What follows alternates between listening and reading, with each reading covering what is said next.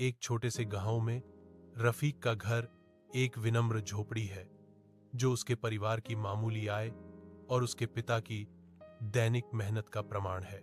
भोजन की कमी के बावजूद रफीक अविचलित रहता है।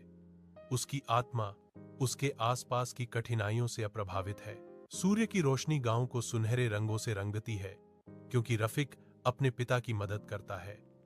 उनका श्रम परिदृश्य पर अंकित है। जैसे ही शाम ढलती है, रफीक को अपनी पढ़ाई में सुकून मिलता है। मिट्टी का चूल्हा उसके ध्यान केंद्रित चेहरे पर एक गर्म चमक बिखेरता है। टिमटिमाती रोशनी उसके दृढ़ संकल्प को उजागर करती है। उसके वातावरण की चुनौतियों के बीच आशा की किरण। रफीक का लचीलापन चमकता है। कड़ी मेहनत और अटूट समर्पण से प्रेरित एक उज्जवल भविष्य का मौन वादा। एक तेल के दीपक की मंद रोशनी में रफीक अपनी पढ़ाई में तल्लीन है।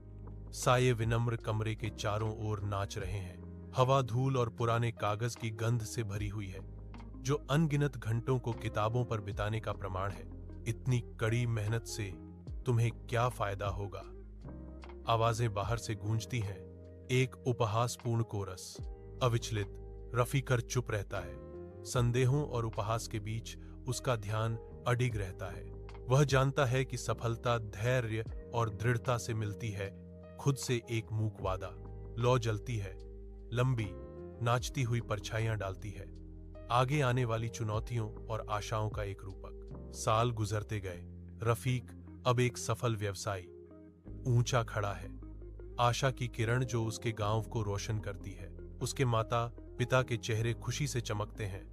उनकी आंखें गर्व को दर्शाती हैं क्योंकि वे अपने बेटे की उपलब्धियों को देखते हैं। उन्होंने गांव के वंचित बच्चों के लिए ज्ञान का एक आश्रय, एक स्कूल स्थापित किया।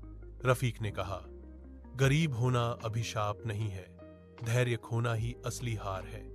सफलता उन लोगों के दरवाजे पर दस्तक देती है जो लगे रहते हैं।